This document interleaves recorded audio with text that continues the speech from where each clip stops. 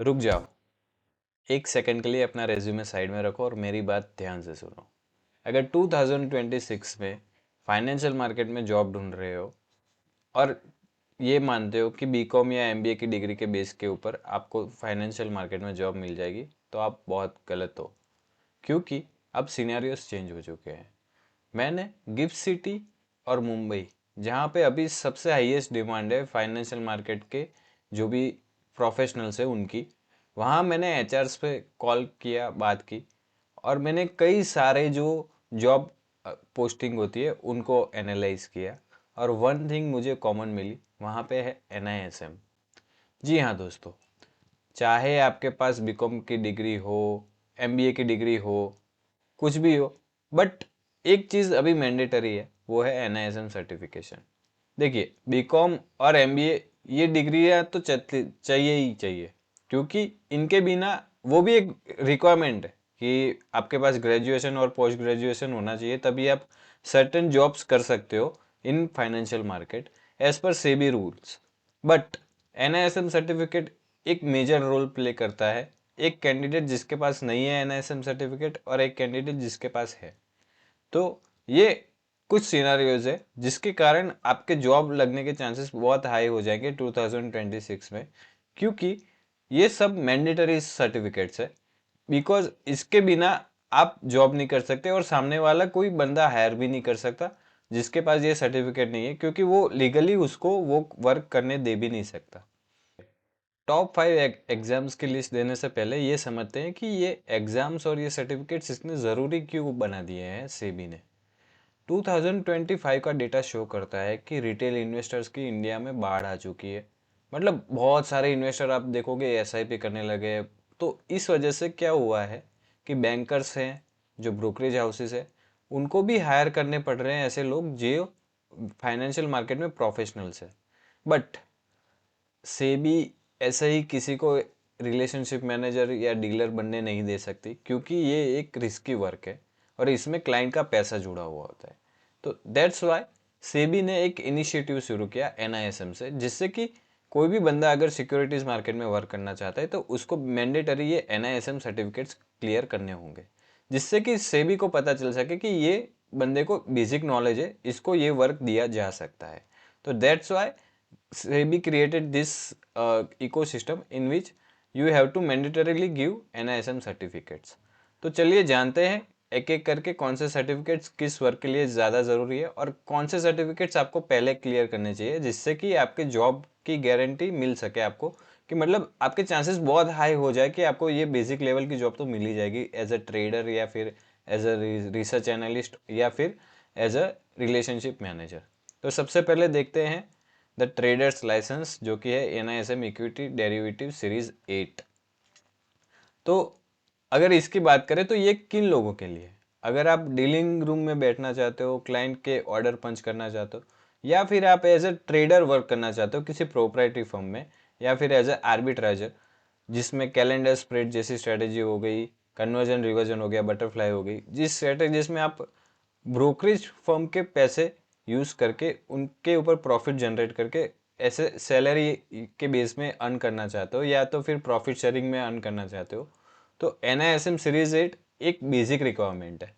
इसके बिना कोई भी ब्रोकरेज फर्म या प्रोप्राइटरी फर्म आपको हायर नहीं करेगी, क्योंकि उनको भी ये सर्टिफिकेट इश्यू करना होता है सिस्टम में, जिससे कि वो कह पाए कि हमारे यहाँ पर एक बंदा वर्क करता है और उसका ये एनआईएसएम सर्टिफिकेट है। तो अगर आप एज ए ट्रेडर कहीं पे जाना चाहते हो वर्क करने के लिए स्टॉक मार्केट की कोई भी कंपनी में, तो ये NISM series 8 certificate mandate. Second certificate के पे ऊपर जाने से पहले मैं आपको अपनी एक स्टोरी बताना चाहूँगा। थोड़े दिन पहले मेरे एक कलीग ने मुझे कॉल करके कहा कि मेरी कंपनी में एक कंप्लायंस ऑफिसर की वैकेंसी है। उनकी कंपनी नई शुरू हुई थी, तो उन्होंने बोला कि तेरे पास तो कंप्लायंस का सर्टिफिकेट है ना एनआईएसएम का, तो तू इंटरव्यू देने आ जा। मैं इंटरव्यू देने गया और उन्होंने मुझे सैलरी ऑफर की just to give my certificate to open their company. मतलब उनको अपनी कंपनी चालू करनी थी, तो उनको एक एनआईएसएम का कंप्लायंस ऑफिसर का सर्टिफिकेट चाहिए था। जिसके पास कंप्लायंस ऑफिसर का सर्टिफिकेट हो एनआईएसएम का, वो मैंडेटरी है। अगर उनको कंपनी स्टार्ट करनी है तो उनको एक कंप्लायंस ऑफिसर हायर करना ही पड़ेगा। उन्होंने बोला आप काम करना, थोड़ा बहुत हम बाहर से करवा लेंगे, बट हमें एक मैंडेटरी चाहिए ही रहेगा बंदा, तो आप आ जाना। और उन्होंने बोला वर्क का इतना कोई प्रेशर नहीं होगा आपको, आप बिंदास आओ, कोई इशू नहीं आएगा। और वर्किंग आवर्स भी कितने थे? 6.5 आवर्स, 6.5 घंटे जो मार्केट आवर्स है। और सैलरी भी अच्छी ऑफर हो रही थी, जैसे कि जो 9 घंटे वर्क करने वालों को ऑफर होती है वैसी ऑफर हो रही थी। तो उनकी बेसिक रिक्वायरमेंट थी वो NISM सर्टिफिकेट। दोस्तों कई लोगों को पता ही नहीं होता है कि ऐसे सर्टिफिकेट की बेसिक रिक्वायरमेंट भी होती है कंपनी स्टार्ट करने के लिए, प्रोप्राइटरी ट्रेडिंग फर्म के लिए या फिर ब्रोकिंग फर्म के लिए। तो एक अच्छी अपॉर्चुनिटी है। अब अपना सेकंड सर्टिफिकेट बताता हूँ, वो है रिसर्च एनालिस्ट NISM का। ये किन लोगों के लिए है? जो लोगों को चार्ट तो बहुत अच्छे से ड्रॉ कर लेते हैं कि यहाँ पे ट्रेंड लाइन खींच ली, यहाँ पे ये खींच लिया, यहाँ पे ट्रायंगल हो गया। बट दोस्तों रिसर्च एनालिस्ट का काम ये नहीं होता, उनका काम उनसे भी बहुत ज़्यादा होता है। फॉरेंसिक अकाउंटिंग हो गया, फिर जियो पॉलिटिकल इश्यू हो गया, माइक्रो इकोनॉमिक्स हो गया, ECG इन्वायरमेंटल गवर्नेंस हो गया। ये सब चीज़ें उनको आनी चाहिए, उनको पता होना चाहिए। कोई भी स्टॉक वो एनालाइज कर रहे हैं तो उनके पीछे क्या क्या कॉन्सिक्वेंसेस हो सकती है, क्या क्या फ्रॉड हो सकते हैं, वो भी उनको पता होना चाहिए। तो उनके लिए सेबी ने मैंडेटरी किया है कि कोई भी रिसर्च एनालिस्ट वर्क करता है किसी ब्रोकिंग फर्म में, तो उसके पास रिसर्च एनालिस्ट का लाइसेंस होना चाहिए। और लाइसेंस लेने के लिए उनको पहले ये NISM का रिसर्च एनालिस्ट एग्ज़ाम क्लियर करना होता है। और दोस्तों बात करें इसकी अपॉर्चुनिटीज़ की, तो बहुत ज़्यादा अपॉर्चुनिटीज़ है। अगर आप रजिस्टर्ड रिसर्च एनालिस्ट हो तो ब्रोकिंग फर्म में आपकी सैलरी भी बहुत अच्छी होगी, और आप अपना नॉलेज जो है वो नेशनल टेलीविज़न पे भी दे सकते हो, जैसे कि CNBC आवाज़ हो गया, जी बिजनेस हो गया। तो वहाँ पे जो रिसर्च एनालिस्ट रजिस्टर्ड होते हैं सेबी के साथ, उनको ही इनवाइट किया जाता है मोस्ट ऑफ द केसेस में, ताकि कंप्लायंस का इशू ना हो। तो वहाँ पर भी एक अच्छी अपॉर्चुनिटी बन सकती है अगर आपने ये एग्ज़ाम क्लियर किया है तो। मैं बता दूँ ये एग्ज़ाम क्लियर करना अब थोड़ा हार्ड कर दिया है सेबी ने, पहले इजी होता था। अब उन्होंने कई सारी चीज़ें इसमें इंक्लूड की है, जैसे कि ECG हो गया, फॉरेंसिक अकाउंटिंग हो गया। अब केस स्टडी बेसिस पे आपको क्वेश्चन पूछे जाएंगे। पहले ऐसा नहीं था कि आप सिर्फ रट्टा मार के आ गए तो आपको सब क्लियर कर दिया एग्ज़ाम, और इसमें भी नेगेटिव मार्किंग होगी। तो ये एक एग्ज़ाम बहुत आगे काम आ सकता है जॉब अपॉर्चुनिटीज़ के रिलेटेड, और साथ में ही आपकी करियर ग्रोथ के लिए ये बहुत अच्छे अपॉर्चुनिटी प्रोवाइड करता है आपको। अब थर्ड एग्ज़ाम की अगर हम बात करें तो आपको तो पता होगा वो LIC वाले अंकल जो शादी में आते हैं और कहते हैं बेटा FD तोड़ दो और ये स्टॉक्स में पैसे लगा दो। कई बार वो सही भी होते हैं कि सारे पैसे FD में नहीं लगाने चाहिए, बट हाँ पोर्टफोलियो डाइवर्सिफिकेशन होना चाहिए, FD में भी कुछ पैसे होने चाहिए, गोल्ड में भी होने चाहिए। वो सब बातें हैं, ये कोई रिसर्च रिकमेंडेशन नहीं है। बट हाँ ऐसे जो वर्क करते हैं लोग जो सिस्टमेटिकली आपके पोर्टफोलियो को मैनेज करते हैं, बट फ्री में नहीं, उनको पैसे चाहिए होते जिससे कि वो अपनी सर्विसेज प्रोवाइड कर सकते हैं अच्छे से, तो वैसे लोगों को बोला जाता है इन्वेस्टमेंट एडवाइज़र। तो NISM जो है वो इन्वेस्टमेंट एडवाइज़र की एग्ज़ाम भी कंडक्ट कराता है, इन्वेस्टमेंट एडवाइज़र लेवल 1 और लेवल 2। ये किन लोगों के लिए है? जो किसी वेल्थ मैनेजमेंट कंपनी में वर्क करना चाहता है, किसी फाइनेंशियल एडवाइजरी कंपनी में वर्क करना चाहते हैं, और कोई ब्रोकिंग फर्म में as a investment advisor work करना चाहते हैं। तो ये सर्टिफिकेट मैंडेटरी है।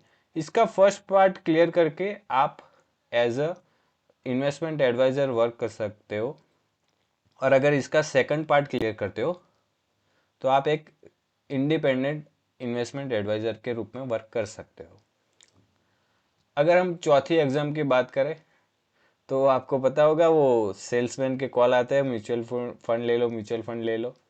अगर आपको उस टाइप के वर्क में इंटरेस्ट है, कई लोगों को सेल्स बहुत अच्छी पता होती है कि कैसे कर सकते हैं, और कई लोगों को तो ऐसा होता है कि कमीशन मिल रहा है ना, तो वो अच्छा रहता है उन लोगों के लिए।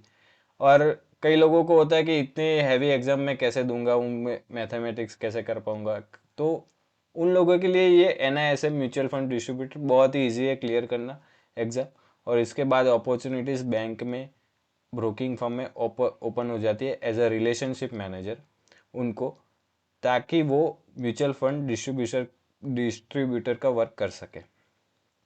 अगर हम 5th एग्ज़ाम की बात करें, और ये सर्टिफिकेट उन लोगों के लिए जिनको ना कोई ट्रेडिंग का टेंशन चाहिए, ना कोई सेल्समैन के टारगेट चाहिए, उनको सिर्फ चाहिए कि एसी में बैठ के काम करे और जो भी लोगों ने प्रॉफिट या लॉस किया है उनको सेटल करे। तो उनके लिए होता है SORM, securities operation and risk management. ये लोग क्या करते हैं, ब्रोकिंग फर्म में बैक ऑफिस का वर्क करते हैं। जो भी ट्रेड्स हुए उनको सेटल करना है, कोई भी NSC या BSC में फाइलिंग करनी है, वो वर्क हो गया। कोई नया क्लाइंट आया है तो उसका अपडेट करना, KYC जो नॉर्म्स होते हैं वो क्लियर करना, उनके रिलेटेड जो भी काम होते हैं वो ये काम करते हैं। NISM सर्टिफिकेट ये मैंडेटरी है SORM का। अब जाते जाते दो और सर्टिफिकेट्स बताता जाता हूँ। जिन लोगों ने यहाँ तक वीडियो देखा है उनको ये बेनिफिट मिलेगा कि ये सर्टिफिकेट के बारे में बहुत ही कम लोगों को पता है। मतलब जो लोगों ने ये सर्टिफिकेट क्लियर किए उनको ज़्यादा अपॉर्चुनिटीज़ मिलती है गिफ्ट सिटी गांधीनगर में, क्योंकि ये यहाँ पर ही सबसे ज़्यादा रिक्वायर्ड है। सबसे पहला है IPSCA 1। IPSCA 1 क्या है, जो हमारी इंटरनेशनल फाइनेंशियल सर्विसेज अथॉरिटी है IPSCA, उसने भी अपने सर्टिफिकेट्स लॉन्च किए NISM के पार्टनरशिप के थ्रू। तो जो भी गिफ्ट सिटी के IFSC यूनिट में कंप्लायंस ऑफिसर या प्रिंसिपल ऑफिसर के रूप में वर्क करना चाहते हैं, उनको मैंडेटरीली ये सर्टिफिकेट क्लियर करना होता है।